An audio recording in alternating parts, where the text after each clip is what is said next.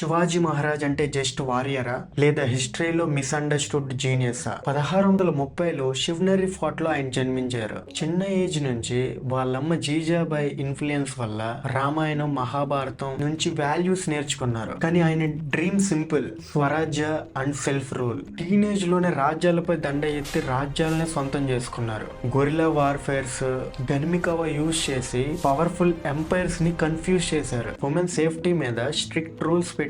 శత్రు రాజ్యంలో కూడా పేద ప్రజలకు ఎటువంటి ఇబ్బంది కలగకూడదని ఆర్డర్స్ ఇచ్చారు. ఆయన పోరాటం మతం కోసం కాదు, అణచివేతకి విరుద్ధంగా. నేవీ బిల్డ్ చేశారు, సీ ఫోర్ట్స్ కన్స్ట్రక్ట్ చేశారు, అడ్మినిస్ట్రేషన్ సిస్టమ్స్ ని క్రియేట్ చేశారు. 1674లో ఛత్రపతిగా ప్రకటించుకొని ఇండిపెండెంట్ ఎంపైర్ ని ఎస్టాబ్లిష్ చేశారు. సో శివాజీ మహారాజ్ కత్తి పట్టుకున్న హీరో కాదు, visionary leader, strategic thinker, nation builder. మీరు ఆయనలో స్ట్రాంగెస్ట్ క్వాలిటీ ఏమనుకుంటున్నారు? Courage, intelligence, leadership? కామెంట్స్ లో చెప్పండి. Follow for more simple ఎక్స్ప్లెయినర్స్.